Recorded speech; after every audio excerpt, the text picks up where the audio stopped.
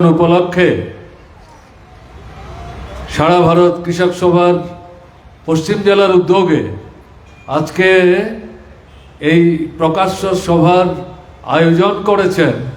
সেই সভায় যারা উপস্থিত হয়েছেন বয়োজ্যেষ্ঠ, সমবয়সী, অনুজ, মহিলা পুরুষ নির্বিশেষে আপনাদের সবাইকে আন্তরিকভাবে প্রীতি ও শুভেচ্ছা জানাচ্ছি।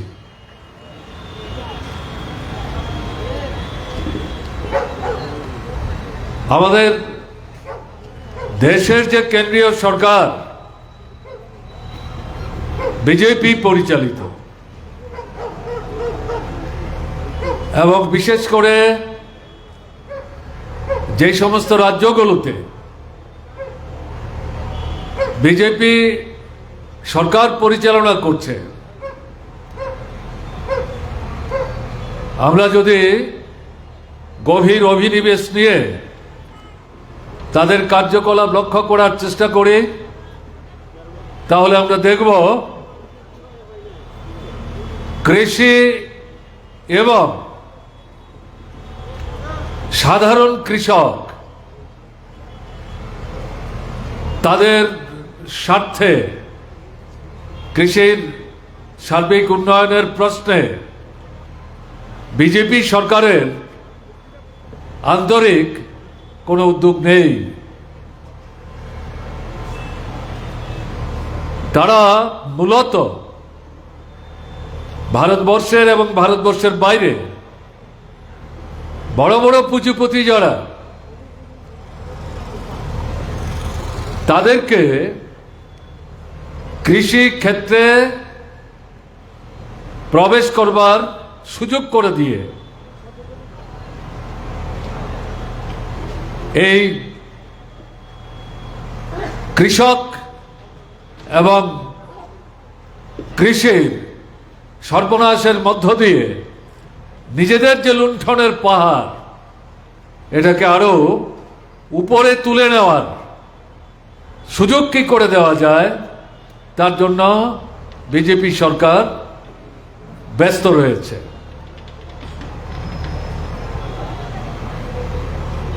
আমাদের দেশ একটা বিরাট বড় দেশ, জায়গা এবং জমির কোনো অভাব নেই, কিন্তু খাদ্যের সমস্যা আছে। আমাদের বিভিন্ন খাদ্য সামগ্রী, পণ্য বিদেশ থেকে উচ্চ দামে এই স্বাধীনতার ৭৮ বছর পরেও আমদানি করতে হচ্ছে। এটা তো হওয়ার কথা না। যদি গোটা ভারতবর্ষের প্রাকৃতিক অবস্থাকে বিবেচনায় রেখে এলাকা ভিত্তিক মাটি এবং প্রকৃতির যে গুণাবলী, চরিত্র, বৈশিষ্ট্য, সেগুলো বিবেচনায় রেখে, আমরা জানি আমাদের দেশের সব জায়গায় সব জিনিস সমানভাবে হয় না, কিন্তু পরিকল্পনা মাফিক যেখানে যেই জিনিসটা ভালো হয়, এমন কিছু এলাকা আছে যেখানে ধানের উৎপাদন খুব ভালো, এমন কিছু এলাকা আছে যেখানে গমের উৎপাদন খুব ভালো, এমন কিছু এলাকা আছে যেখানে ফলের উৎপাদন খুবই ভালো, এমন কিছু এলাকা আছে তরিতরকারি তার উৎপাদন খুব ভালো, এমন কিছু এলাকা আছে মৎস্য চাষ, এটা কৃষিরই অন্যতম গুরুত্বপূর্ণ অংশ, তার উৎপাদন দারুণভাবে সেখানে একটা বর্ধিষ্ণু অবস্থার মধ্যে আছে। এই যে বিষয়গুলো, এই বিষয়গুলো ভাবনায় রেখে, চিন্তায় রেখে যদি আমাদের দেশের কেন্দ্র এবং রাজ্যের যে সরকার, তারা বিজ্ঞান ভিত্তিক পরিকল্পনা তৈরি করে যেই এলাকায় যে জিনিসটা ভালো হয় সেটা যদি উৎপাদনের ব্যবস্থা করা যায় এবং তাতে যদি কেন্দ্র এবং রাজ্যের সরকার, উৎপাদক যারা কৃষক, তাদেরকে যদি ঠিকভাবে সাহায্য করে, তাহলে আমাদের খাদ্যের সমস্যা সমাধান তো হবেই, বাইরে থেকে আমদানির প্রয়োজন তো বন্ধ হবেই, বরং উল্টো দিক থেকে যেটা আমরা বলতে পারি আমাদের উদ্বৃত্ত হবে উৎপাদন কৃষিক্ষেত্রে, এবং এই উদ্বৃত্ত পণ্য সামগ্রী বিদেশের বাজারে রপ্তানি করে বৈদেশিক অর্থ আমাদের দেশের ভাণ্ডারে একটা বিরাট পরিমাণে অঙ্কে আমরা কিন্তু সংগ্রহ করতে পারি, যেটার মধ্য দিয়ে আমাদের অর্থনীতিকে প্রকৃত অর্থেই আমরা শক্তিশালী করতে পারি। কিন্তু স্বাধীনতার পর থেকে আমরা যেটা লক্ষ্য করছি, এই যে দৃষ্টিভঙ্গি নিয়ে কৃষি এবং কৃষকের স্বার্থে একটা সুনির্দিষ্ট বিজ্ঞান ভিত্তিক পরিকল্পনা তৈরি করে ধীরে ধীরে এগিয়ে যাওয়া, সেক্ষেত্রে যে দায়িত্বটা প্রধানত কেন্দ্রীয় সরকারের হাতে নেওয়া দরকার, সেই দায়িত্ব কেন্দ্রীয় সরকার হাতে নিচ্ছে না। এই জায়গাটার মধ্যে দাঁড়িয়ে যেখানটাতে সবচেয়ে বেশি গুরুত্ব দেওয়া দরকার ছিল স্বাধীনতার পর,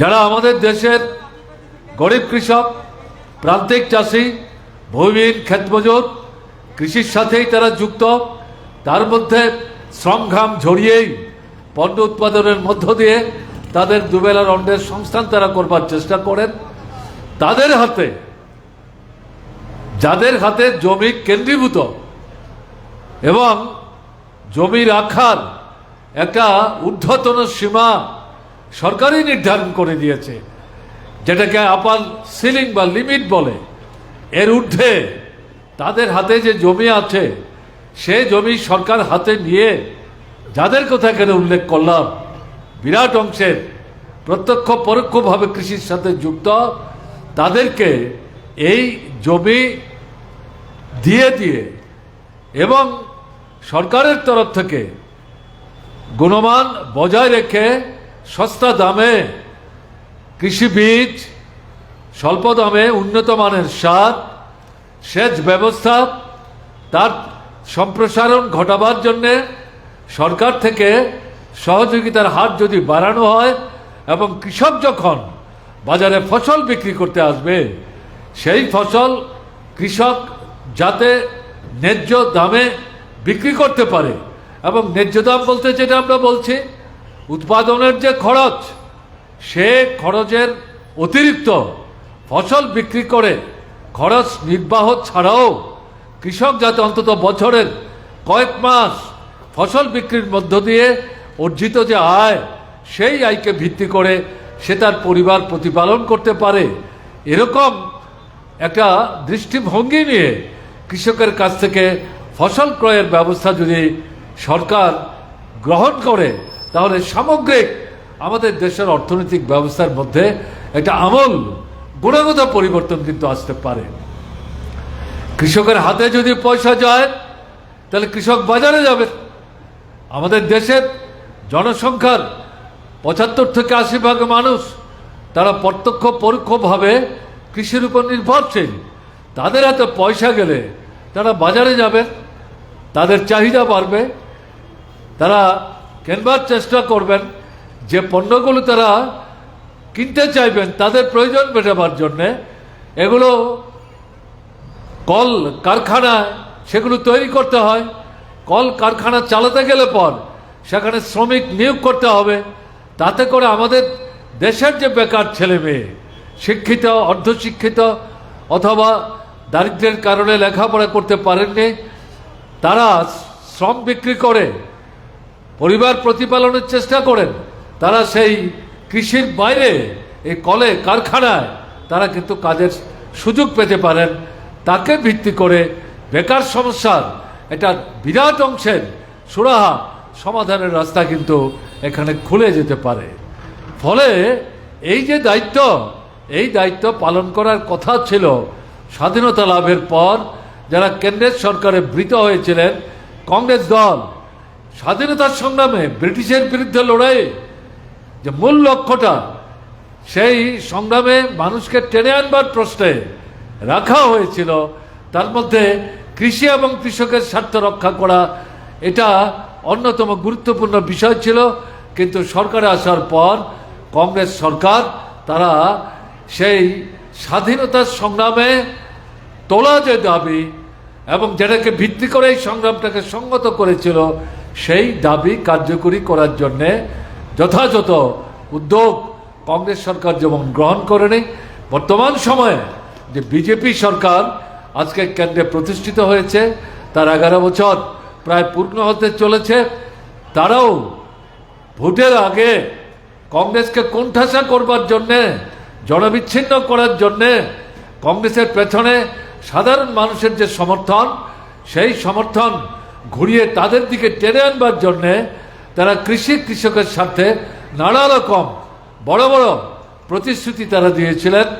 সেই প্রতিশ্রুতি সরকারে আসার পর রূপায়ণ করার পরিবর্তে সম্পূর্ণ উল্টো পথে কংগ্রেসও যা করার দুঃসাহস দেখায়নি, তারা সেক্ষেত্রে কংগ্রেসকে পেছনে ফেলে বড় বড় যে পুঁজিপতি তাদের স্বার্থ রক্ষা করবার জন্য দেশি বিদেশি তারা সেখানে কৃষিক্ষেত্রে নূতন কৃষি আইন ইত্যাদি তৈরি করে অগ্রসর হওয়ার চেষ্টা করছে, যার মূল লক্ষ্য হচ্ছে সেই কৃষি ক্ষেত্রটা আমাদের দেশের এবং বিদেশের বড় বড় পুঁজিপতিদের কুক্ষিগত হতে সাহায্য করা। এই যে বিষয়, এটার বিরুদ্ধে সামনের দিনে গুরুত্বপূর্ণ আন্দোলন কিন্তু সংগঠিত করা দরকার। এই যে মৌলিক বিষয়, জমি চাই, জমিতে কৃষি করবার জন্য সহযোগিতা চাই এবং উৎপাদিত ফসল বাজারে যখন বিক্রি করতে আসবো ন্যায্য দামে সহায়ক মূল্যে কেন্দ্রের সহযোগিতায় এই ফসল কিনবার নিশ্চিত ব্যবস্থা চাই। এই মৌলিক যে তিনটি বিষয়, এই তিনটি বিষয়কে ভিত্তি করে কৃষক আন্দোলন সংগঠিত করতে না পারলে পর এই কৃষক জীবনের যে সমস্যা, এই সমস্যার কিন্তু সমাধান করা সম্ভব হবে না এবং এর সাথে আমাদের দেশের সামগ্রিক অর্থনৈতিক ব্যবস্থার যে বিকাশ, সেটাও কিন্তু বাস্তবায়িত করা সম্ভব হবে না। তাই কৃষক আন্দোলনের মূল দায়িত্ব সর্বভারতীয় ক্ষেত্রে আমাদের রাজ্য জেলাতেও এই তিনটা গুরুত্বপূর্ণ বিষয়কে সামনে রেখে সামনের দিনে শক্তিশালী কৃষক আন্দোলন সংগঠিত করা। যে বিষয়গুলির কথা এখানে বলা হলো, বামফ্রন্ট সরকার যখন ত্রিপুরায় সরকার পরিচালনার দায়িত্ব ছিলেন, এই বিষয়গুলো রাজ্য সরকারের ক্ষমতার সীমাবদ্ধতার মধ্যে দাঁড়িয়েও এগুলো বাস্তবায়নের জন্য বামফ্রন্ট সরকার কার্যকরী উদ্যোগ নেওয়ার চেষ্টা করেছেন। গরিব কৃষককে জমি দেওয়া, ফসল উৎপাদনের জন্য উন্নত মানের বীজ, বাইরে থেকে বীজ আনতে হতো, ফসল ফলাতে গিয়ে কৃষক সেখানে দেখেছেন বাইরের বীজ ভালো না। এই পরিস্থিতিতে বামফ্রন্ট সরকার রাজ্যের কৃষকদের সহযোগিতা নিয়ে রাজ্যের মাটিতে এখানকার প্রাকৃতিক পরিমণ্ডলকে বিবেচনায় রেখে উন্নত মানের বীজ তৈরিতে হাত লাগায় এবং সস্তায় সে বীজ কৃষকদের হাতে তুলে দেওয়ার ব্যবস্থা করে। সার, উন্নত মানের নানা ধরনের সার সস্তায় সরকার থেকে ভর্তুকি দিয়ে বামফ্রন্ট সরকার কৃষকদের দেওয়ার চেষ্টা করেছেন। বিশেষভাবে গুরুত্ব দিয়েছেন উৎপাদনযোগ্য জমি, তাতে বর্ষার উপর নির্ভরশীল না থেকে নদী নালার জল, মাটির তলার জল উত্তোলিত করে সারা বছর যাতে সেচের ব্যবস্থা নিশ্চিত করে যখন যে ফসল ফলানো দরকার সে ফসল ফলানোর ক্ষেত্রে কৃষক কার্যকরী উদ্যোগ নিতে পারে, তার জন্য সেচ ব্যবস্থায় বামফ্রন্ট সরকার গুরুত্বপূর্ণ ভূমিকা গ্রহণ করেছিলেন এবং প্রায় ৮০ থেকে ৮৫% তৎকালীন পরিস্থিতিতে কৃষিযোগ্য জমি তাতে সেচ নিশ্চিত করার ব্যবস্থা বামফ্রন্ট সরকার করেছিলেন। এই পরিপ্রেক্ষিতে সামগ্রিকভাবে আমাদের দেশের কৃষক তার অবস্থার মধ্যে একটা মৌলিক পরিবর্তন আনার ক্ষেত্রে অর্থনৈতিক দিক থেকে ক্রমে ক্রমে স্বাবলম্বী হতে শুরু করেন।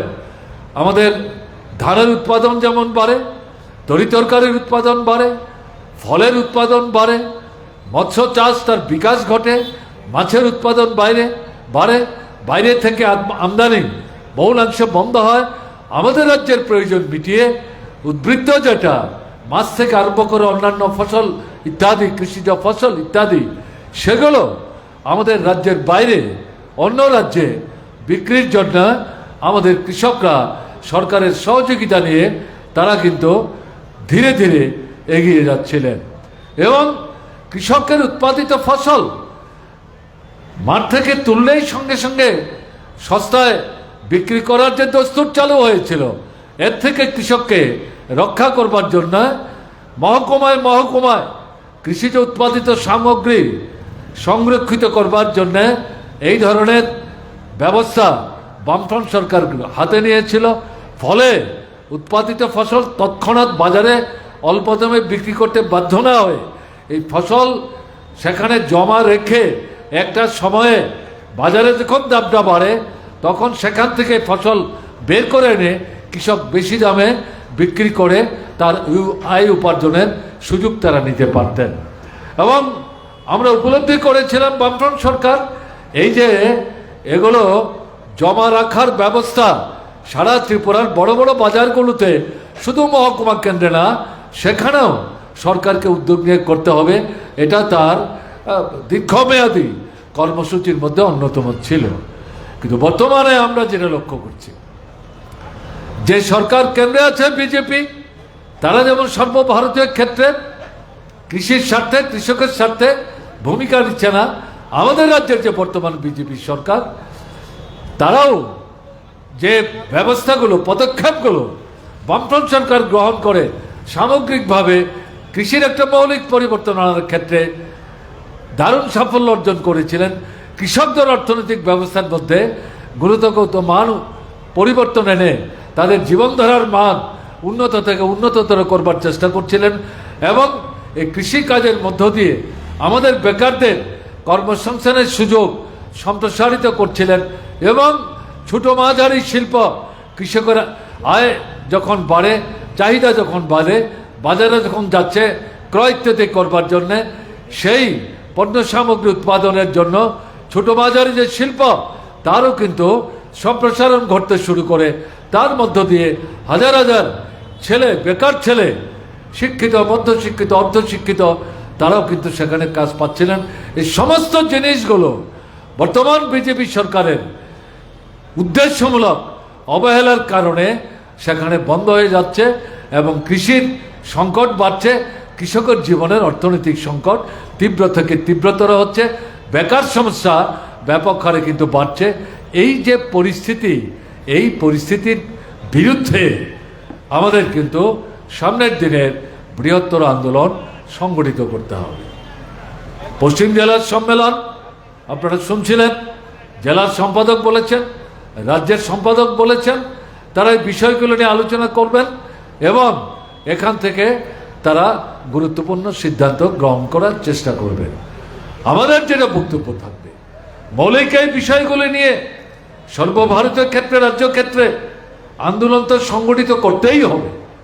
সঙ্গে সঙ্গে এলাকা ভিত্তিক গ্রামের যে মূল সমস্যা, তার মধ্যে যে গুরুত্বপূর্ণ জ্বলন্ত সমস্যা, স্থানীয় সমস্যা, সেই বিষয়গুলো কোথাও সরাসরি কৃষকের স্বার্থের সাথে সম্পর্কযুক্ত, কোথাও ছোট মাঝারি ব্যবসায়ীদের স্বার্থের সাথে সম্পর্কযুক্ত, কোথাও নিম্নবিত্ত মানুষ যারা তারা শ্রম দান করে, শ্রম বিক্রি করে কোনো মতো পরিবার নির্বাহ করার চেষ্টা করছে, তাদের স্বার্থের সাথে সম্পর্কযুক্ত এই বিষয়গুলিকে ভিত্তি করে এলাকা ভিত্তিক, অঞ্চল ভিত্তিক, স্থানীয়ভাবে 3টা 4টা 5টা বিষয় বাছাই করে নিয়ে স্থানীয় আন্দোলন তীব্র, তীক্ষ্ণ এবং খুব বলিষ্ঠ দৃঢ়তা নিয়ে যতক্ষণ এই দাবিগুলো সরকার কার্যকরী করার জন্য উদ্যোগ না নিচ্ছে, ততক্ষণ এই আন্দোলন চলবে। এই দৃঢ়তা নিয়ে আন্দোলনটা কিন্তু সংগঠিত করতে হবে। মৌলিক যে বিষয় জমি চাই, মৌলিক যে বিষয় সার চাই, সেচ চাই, মৌলিক যে বিষয় ফসলের ন্যায্য দাম চাই, এই আন্দোলন চলবে ধারাবাহিকতা বজায় রেখে। স্থানীয় যে বিষয়, এটা নিয়ে অল্প দাবির ভিত্তিতে যে আন্দোলন, এক এক জায়গায় এক এক রকম, সেই আন্দোলনটাকে কিন্তু দৃঢ় এবং বলিষ্ঠ করতে হবে। এবং এই আন্দোলন আপনি একা করবেন এটা যদি ভাবেন তাহলে ভুল করবেন। বর্তমান যে পরিস্থিতি, আপনার সমস্যা শুধু কৃষকের সমস্যা না, এটা বেকার যুবকের সমস্যা, ছোট মাঝারি ব্যবসায়ীর সমস্যা, নিম্ন মধ্যবিত্ত মানুষের সমস্যা। তাদেরও নানা সংগঠন ইতিমধ্যে গড়ে উঠেছে, তারাও আন্দোলন করার চেষ্টা করছেন। কাজে তাদের সাথে মিলে কৃষকদের, ক্ষেত মজুরদের সম্মিলিত আন্দোলন করতে হবে। তাদের যে ডাকা আন্দোলন, এটা ক্ষেত মজুরের আন্দোলন হোক, শ্রমিকদের আন্দোলন হোক, শিক্ষক কেরানি কর্মচারীদের আন্দোলন হোক, বেকার যুবকদের আন্দোলন হোক, ছাত্রদের আন্দোলন হোক, মহিলাদের আন্দোলন হোক, তফসিলি অংশের মানুষের আন্দোলন হোক, তার সাথে কৃষক, ক্ষেত মজুর তাদেরও হাতে হাত মিলিয়ে সম্মিলিতভাবে আন্দোলনটাকে ব্যাপক, তীক্ষ্ণ এবং গভীরতর করতে হবে। এই প্রক্রিয়ায় ঐক্যকে যদি ব্যাপকতর করা না যায়, তার প্রতিফলন লড়াইয়ের ময়দানে যদি সংগঠিত করা না যায়, সংগত করা না যায়, তাহলে সমস্যা যতই সেখানে গভীরতর হোক এবং আপনার দাবি যত ন্যায্য হোক, সমস্যার সমাধান হবে না, ন্যায্য দাবি আপনি আদায় করতে পারবেন না। তাই ঐক্যবদ্ধ আন্দোলন এটাকে কিন্তু গুরুত্ব দিতে হবে। সেদিকটাতে নজর দিয়ে সামনের দিনে আমাদের একটা নূতন দৃষ্টিভঙ্গি নিয়ে আনুষ্ঠানিক এত দফা দাবি, অমুক জায়গায় জমায়েত, তমুক জায়গায় মিছিল, অমুক জায়গাতে একটা ডেপুটেশন, এটা দিয়ে দায়িত্ব যদি আমরা শেষ হয়ে গেছে ধরে নেই, তাহলে কিন্তু ঠিক হবে না। তাই দৃঢ়তা চাই, বলিষ্ঠতা চাই এবং দায়িত্ব আদায় হওয়া পর্যন্ত এই মুহূর্তে যে দাবিগুলি সমাধান করা সম্ভব, যেগুলো সরকারের হাতে, সরকারেরই করার কথা, আগেই সরকার এগুলো করে গেছে, বর্তমান সরকার এগুলো করছে না, এই দাবি আদায় না হওয়া পর্যন্ত এই আন্দোলনটাকে কিন্তু একটা নূতন জঙ্গি চেহারা দিতে হবে। এটা যদি দিতে না পারেন, তাহলে এই সরকারের অনিচ্ছুক হাত থেকে আপনার বেঁচে পড়তে থাকার বিষয়ের সাথে যে গুরুত্বপূর্ণ প্রসঙ্গগুলো, এগুলো কিন্তু সমাধান করতে পারবেন না। তাই এই আন্দোলনটাতে গুরুত্ব দেওয়া দরকার। এই বিষয়ের প্রতি আমি আপনাদের দৃষ্টি বিশেষভাবে আকর্ষণ করতে চাইছি। লক্ষ্য করছেন, এই যে সরকারটা, বিজেপি সরকার, জনবিরোধী সরকার, এটা গরিবের শত্রু, শ্রমিকদের বিরুদ্ধে, কৃষকদের বিরুদ্ধে, ক্ষেত মজুরদের বিরুদ্ধে, দিনমজুর, জনমজুরদের বিরুদ্ধে।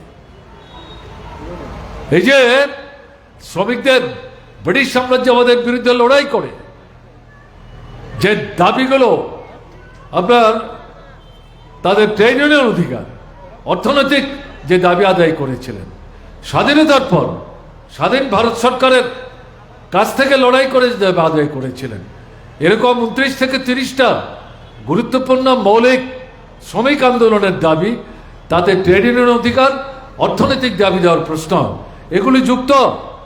এগুলো খারিজ করে দিয়ে বর্তমান কেন্দ্রের বিজেপি সরকার 4টা কোড তারা তৈরি করেছে, যে কোডের মূল অর্থ হচ্ছে দেশের বড় বড় পুঁজিপতি, কলকারখানার মালিক, তাদের স্বার্থ রক্ষা করার জন্যে তাদের সপক্ষে কতগুলি ব্যবস্থা, পদক্ষেপ তারা গ্রহণ করেছে এবং সাধারণ যে শ্রমিক, শ্রমজীবী অংশের মানুষ, তাদেরকে এই বড় বড় পুঁজিপতিদের কৃতদাসে পরিণত করছে এবং এই পুঁজিপতিরা সেখানে তাদের খুশি মতো তাদের বেতন ইচ্ছা করলে বাড়াবেন, না হলে বাড়াবেন না, যখন তখন ছাঁটাই করবেন, চাকরি থেকে তাদেরকে উচ্ছেদ করবেন, কথা বলবার অধিকার থাকবে না। এগুলো নূতন আইন তৈরি করে এই যে শ্রম কোড, এই কোডের মধ্য দিয়ে শ্রমিক শ্রেণীর বিরুদ্ধে এই সরকার শোষক, লুঠেরা, পুঁজিপতিদের স্বার্থ রক্ষা করার জন্য পদক্ষেপ গ্রহণ করেছে। কৃষকদের ক্ষেত্রে আপনারা জানেন, সেখানেও তারা এরকম 3টা আইন তৈরি করে তারা এই কৃষকদের হাত থেকে সমস্ত অধিকারগুলো হরণ করে দেশে বিদেশি পুঁজিপতিদের সেই জায়গাটা লুণ্ঠনের অন্যতম একটা মৃগয়ের ক্ষেত্রে তারা পরিণত করে তাদের পুঁজি যাতে বাড়াতে পারে তার ব্যবস্থা করার পদক্ষেপ নিয়েছিল। যদিও লড়াই করে, একটা দীর্ঘমেয়াদী লড়াই করে, এটা স্থগিত করতে বাধ্য করেছে কেন্দ্রীয় সরকারকে। কিন্তু সেখানে যে প্রতিশ্রুতি দিয়ে এই আন্দোলনটা দিল্লিকে ঘেরাও করে 1 বছরের উপর চলছিল, এই আন্দোলনটা প্রশমিত হতে তারা একটা অবস্থান নিয়েছিলেন। পরবর্তী সময় দেখা যাচ্ছে এগুলো কার্যকরী করছে না, বরং নতুন নতুন আক্রমণ সংঘটিত করছে। এর মধ্যে যেটা বিশেষ করে লক্ষণীয় সেটা কি, রেগা যে আইনটা, এই আইনটাকে তারা বাতিল করে দিয়েছে। 2023 সালে কেন্দ্রে নতুন একটা সরকার তৈরি হয়েছিল, বিজেপিকে পরাস্ত করে অবিজেপি যে রাজনৈতিক দলগুলো তারা নতুন একটা সরকার তৈরি করার সুযোগ সেখানে পান। এই সরকার তৈরি করতে গেলে পর বামপন্থীদের সমর্থন ছাড়া এই সরকার তৈরি করা যাবে না।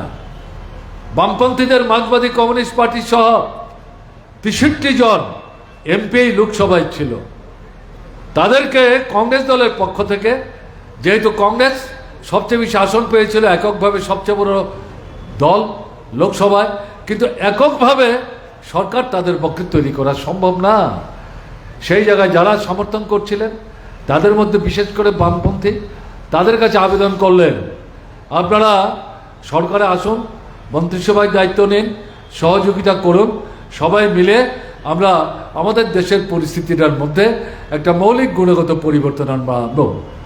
মার্ক্সবাদী কমিউনিস্ট পার্টির নেতৃত্বে বামপন্থী ফ্রন্টের তরফ থেকে সিদ্ধান্ত নিয়ে বলা হলো, আমরা মন্ত্রিসভায় অংশগ্রহণ করব না, বাইরে থেকে এই সরকারকে সমর্থন করব ততক্ষণ পর্যন্ত যতক্ষণ দেখব এই সরকারটা জনস্বার্থের ভূমিকা নিচ্ছে, বিশেষ করে গরিব শ্রমজীবী অংশের মানুষের পক্ষে দাঁড়িয়ে কাজ করছে। যখন দেখব এই সরকার জনগণের বিরুদ্ধে ভূমিকা নিচ্ছে, জনস্বার্থে কার্যকরী পদক্ষেপ নিচ্ছে না, আমরা সমালোচনা করব ভেতরে বাইরে। এবং যদি এরকম পরিস্থিতি তৈরি হয় এই সরকারকে আর সমর্থন দেওয়া যায় না, আমরা কিন্তু সরকারের উপর থেকে সমর্থন তুলে নিতেও বাধ্য হব। এরকম পরিস্থিতিতে বামপন্থী ফ্রন্টের সাথে আলোচনা করে কংগ্রেসের নেতৃত্বে যে সরকার তৈরি হলো, তারা একটা ন্যূনতম কর্মসূচি তৈরি করেছিলেন সরকারে গিয়ে তারা কোন কোন কাজগুলি অগ্রাধিকারের ভিত্তিতে হাতে নেবেন। তার মধ্যে অন্যতম ছিল গ্রাম এবং শহরের শ্রমজীবী মানুষ, কয়েক কোটি মানুষ আমাদের দেশে, তারা দিন আনেন দিন খান, স্থায়ী কোনো কাজ নাই, দৈনিক যাতে তাদের একটা মজুরি নিশ্চিত থাকে তার ব্যবস্থা করতে হবে। এরকম একটা জায়গায় কংগ্রেস সরকার দুদুল্যমানতা করছিল।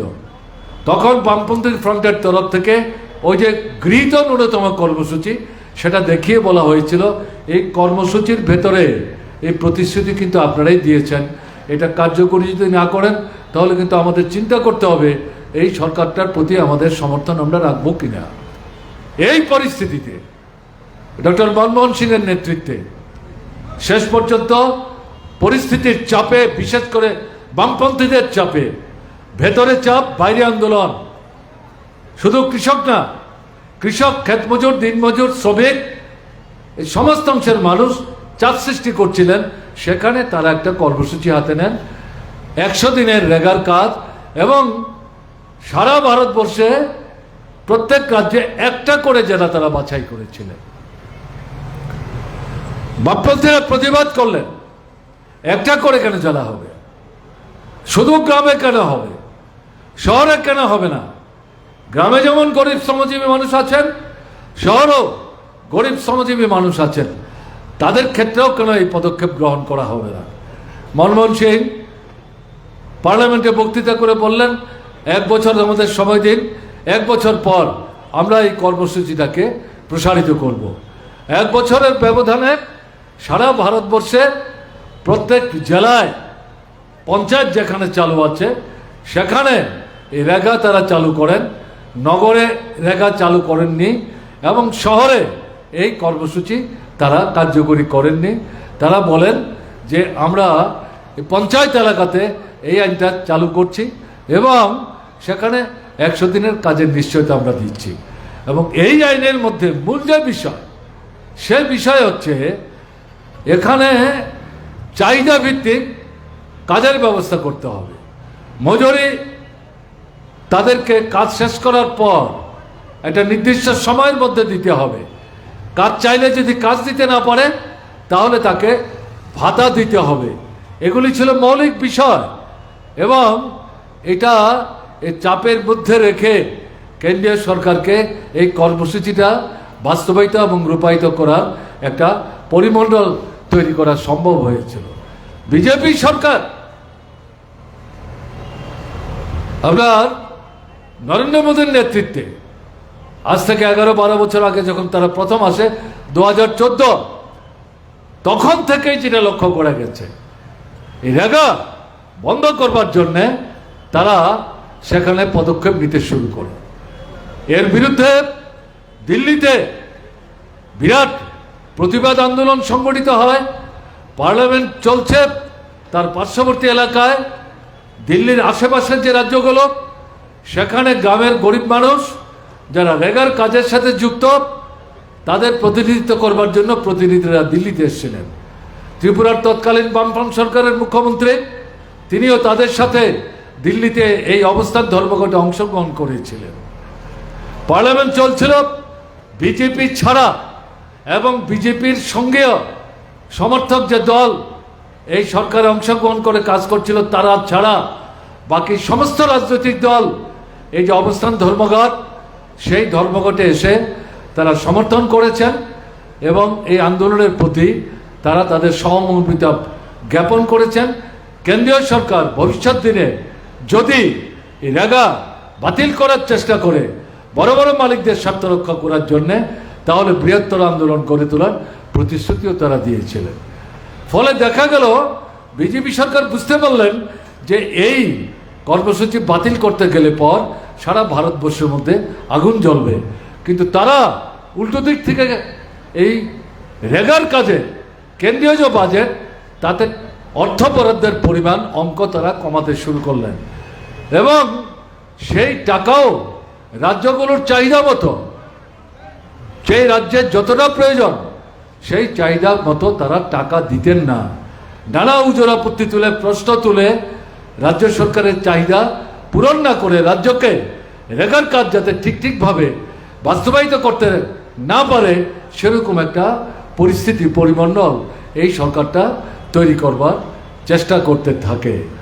এটার বিরুদ্ধে সারা ভারতবর্ষের মধ্যে বিভিন্ন রাজ্যে এই ভূমিহীন ক্ষেতমজুর গরিব কৃষক দিনমজুর জন্মজুরি যারা করেন তারা ধারাবাহিকভাবে আন্দোলন সংগঠিত করছিলেন, কিন্তু কেন্দ্রীয় সরকারের তাতে টনক নড়ছিল না। আমাদের দেশে প্রায় 8 কোটির উপর এই রেগা কার্ড করে কাজের জন্য তারা অপেক্ষা করতেন।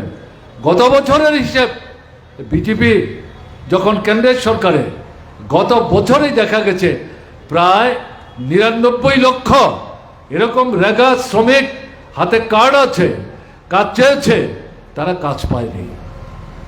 আইনের মধ্যে যেটা আছে কাজ চাইলে 15 দিনের মধ্যে কাজ দিতে হবে, না দিতে পারলে পর তাদেরকে ভাতা দিতে হবে, বেকার ভাতা দিতে হবে।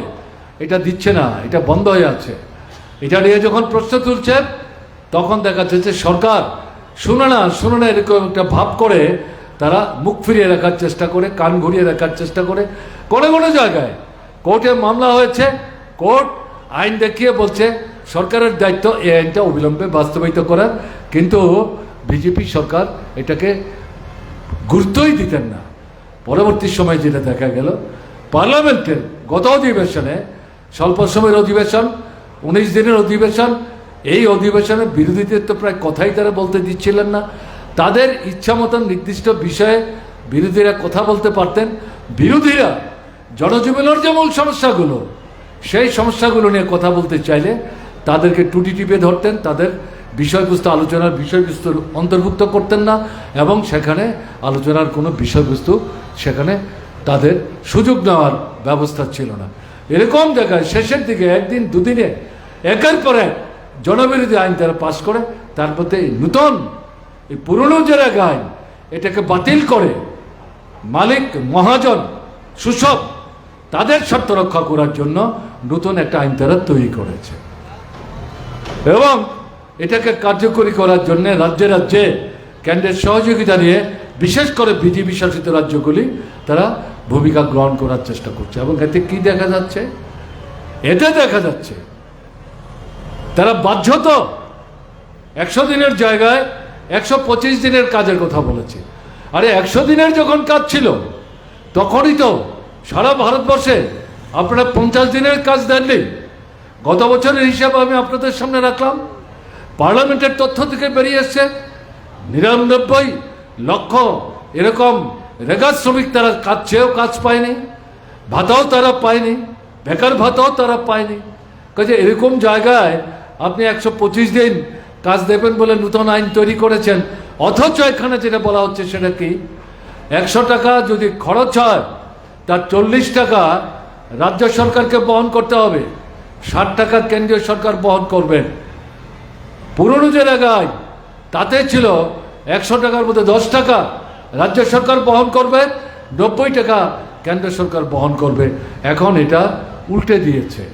যদিও উত্তর পূর্বাঞ্চলের পাহাড়ি রাজ্যগুলির মধ্যে প্রাথমিকভাবে পিঠের চামড়া রক্ষা করার জন্য বলছে না, এই উত্তর পূর্বাঞ্চলের রাজ্যগুলিতে 10 এবং 90 এর ইস্যু আপাতত থাকবে, পরে এটা ভাবা যাবে।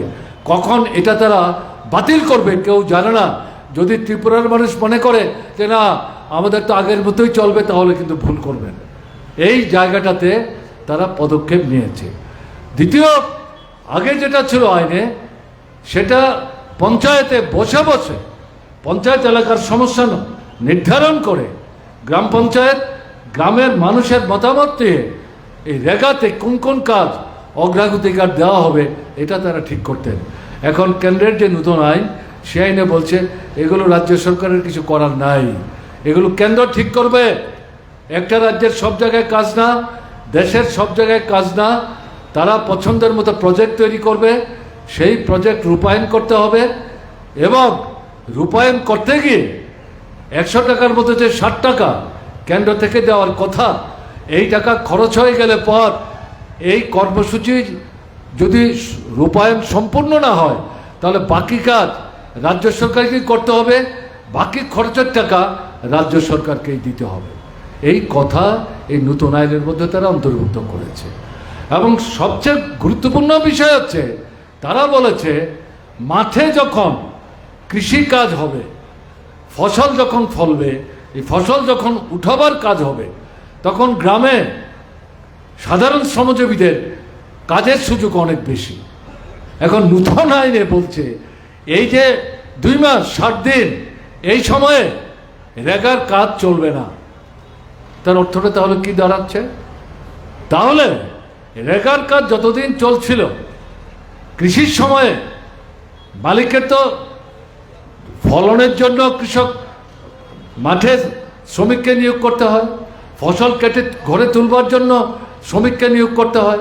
সে যখন শ্রমিক নিয়োগ করতে যায়, তখন শ্রমিক সেই জায়গায় রেগার মজুরির চাইতে বেশি মজুরি পেলেই বড় বড় মালিকের জমিতে তারা কাজে অংশগ্রহণ করতেন তার পছন্দের উপর নির্ভর করে। আর যদি দেখতেন রেগার চাইতে বেশি মজুরি পাচ্ছেন না, তারা যেতেন না। এখন এই নতুন আইনটা করে এই সুযোগ সেখানে সাধারণ শ্রমজীবী অংশের গ্রামের মানুষ তাদের যে অধিকারটা এই আইনের মধ্য দিয়ে তারা ভোগ করছিলেন, এই অধিকারটা ছিনিয়ে নিল। তার অর্থটা কি দাঁড়ালো? বড় বড় যোদ্ধার জমিদার পুঁজিপতি যারা কৃষিকে নিয়ন্ত্রণ করার চেষ্টা করছে, যার পেছনে কেন্দ্রের সরকার সহযোগিতা করছে, তারা খুশি মতো শ্রমজীবী কৃষককে লুণ্ঠন করার জন্যে ওই সময়ে কৃষিকাজের সময়ে রেগা বন্ধ করে দিয়ে তাদের সুযোগ করে দেওয়া হয়েছে। তারা যেমন খুশি তেমন মজুরি দিয়ে শ্রমিক নিয়োগ করবেন, পছন্দ হলে রাখবেন, না হলে রাখবেন না। তাহলে এই যে জায়গাটায় চলে যাচ্ছে, মানুষ বাঁচবেন কি করে? এই পরিস্থিতিতে জমির আন্দোলন চলবে, ফসল ফলাবার জন্য মৌলিক বিষয়ে যে বিষয়গুলো সরকারকে সাহায্য করতে হবে সস্তায়, সে আন্দোলন চলবে যন্ত্রপাতি সহ। ফসল যখন বাজার আসবে, বিক্রি হবে ন্যায্য দামে, সহায়ক মূল্য যাতে বিক্রি করতে পারে, হাতে যাতে 2-4টা পয়সা আসে, সে আন্দোলন চলবে। আমি আগে বলছিলাম এলাকা ভিত্তিক, এলাকার জরুরি সমস্যা, এরকম 3-4টা বিষয় নিয়ে লড়াই চলবে। এই মুহূর্তে রেগার উপর যে আক্রমণটা আসছে, এটাকে উপেক্ষা করে অন্য কোন বিষয় নিয়ে আপনি গ্রামে আন্দোলন সংগঠিত করবেন? এখন দরকার হচ্ছে এই যে নূতন, পুরনো রেগা আইন বাতিল করে নূতন যে আইনটা তারা তৈরি করেছে, এই আইন সর্বনাশা আইন, এটা সংবিধান বিরোধী, গণতান্ত্রিক অধিকার বিরোধী। লড়াই করে বামপন্থীরা তৎকালীন কংগ্রেস সরকারকে বাধ্য করেছিল এই আইনটা আনতে, যদিও চাহিদা মতো পুরো বিষয়গুলো এই আইনের মধ্যে অন্তর্ভুক্ত করা সেদিন হয়নি, তবেও যেটা হয়েছিল সেটাও বাতিল করে দিচ্ছে। কাজে এর বিরুদ্ধে এখন বৃহত্তর আন্দোলন কিন্তু গড়ে তুলতে হবে। কৃষক, ক্ষেতমজুর, দিনমজুর, অন্যান্য শ্রমজীবী অংশের মানুষ, তফসিলি, উপজাতি, নারী পুরুষ নির্বিশেষে মূল স্লোগান কি? রেগার পুরনো আইন বাতিল করা যাবে না। নূতন যে আইন তোমরা তৈরি করেছ, এটা শ্রমজীবীদের স্বার্থের পরিপন্থী, লুটেরা মালিকদের স্বার্থে। এই আইন কোনো মতেই কার্যকরী করা যাবে না। এই আইন বাতিল করো। পুরনো যে আইন, সেই আইনটা চালু রাখতে হবে। এই দুটো মূল দাবিকে সামনে রেখে সামনের দিনে আমাদের এই ত্রিপুরায় ব্যাপক আন্দোলন কিন্তু সংগঠিত করতে হবে। রেগা চালু করার মধ্য দিয়ে বামফ্রন্ট সরকার ত্রিপুরার গ্রামাঞ্চলে আপনার মৌলিক পরিকাঠামো গড়ে তোলার ক্ষেত্রে দারুণ উদ্যোগ গ্রহণ করেছিল, এবং সেই পরিকাঠামো ধীরে ধীরে কিন্তু তৈরি করা সম্ভব হয়েছিল। এখন এই সরকার আসার পর গত 7-8 বছরে রেগার কাজ একেবারে নিচে নিয়ে এসছে। এখন যে আইনটা তারা চালু করবার চেষ্টা করছে, এ তো পুরোপুরি প্রায় বন্ধ করে দেওয়ার দিকে তারা যাওয়ার চেষ্টা করছে। মেনে নেবেন এটা? এটার তো প্রতিবাদ করতে হবে। যদি প্রতিবাদ করতে না পারেন, সমস্যার সংকটে পরিণত হবে, অনাহার বাড়বে, অনাহার মৃত্যু বাড়বে, সন্তান বিকৃত আছেই, এইটা বাড়বে। বাইরে কাজের সন্ধানে যাবেন, বাইরেই কোথায় কাজ পাবেন, সেখানে গিয়ে বেঘুরে মৃত্যুর সম্মুখীন হবেন। মৃতদেহ এখন আনা যাচ্ছে না, ভবিষ্যৎ দিনেও কিন্তু আনা যাবে না। তাই যেটা আপনাদের কাছে আমি আমার কথা শেষ করার আগে বলবো, এই রেগার বিরুদ্ধে এই যে সর্বনাশার জনবিরোধী এই আইন কোনো মতেই গ্রহণ করা যাবে না, কোনো মতেই বাস্তবায়িত হতে দেওয়া যাবে না। পুরো আইন কোনো মতেই বাতিল করা যাবে না, পুরনো আইন চালু রাখতে হবে। এই আন্দোলনটাকে এই মুহূর্তে অত্যন্ত গুরুত্ব সহকারে গ্রহণ করে এগুতে হবে, এবং এই আন্দোলনে বিশেষ করে গ্রামাঞ্চলে সারা ভারত কৃষক সভা, ক্ষেতমজুর ইউনিয়নকে সঙ্গে নিয়ে এই আন্দোলনটাকে ব্যাপকতর করার ক্ষেত্রে কার্যকরী নেতৃত্বের ভূমিকা গ্রহণ করতে হবে। এই আবেদন আপনাদের কাছে রেখে পশ্চিম জেলার কৃষক সম্মেলনের সর্বত সাফল্য কামনা করে, এবং আগামী দিনে ত্রিপুরার কৃষক আন্দোলনের মধ্যে একটা মৌলিক গুণগত পরিবর্তন এবং আন্দোলনের চেহারার মধ্যে জঙ্গি চেহারা দেওয়ার মতো এটা পদক্ষেপ এই সম্মেলন থেকে তারা গ্রহণ করার ব্যবস্থা করবেন, এই প্রত্যাশা ব্যক্ত করে এই সম্মেলনের সর্বত সাফল্য কামনা করে আমি আমার কথা বলা শেষ করছি। ভালো থাকবেন, আমার নমস্কার নেবেন।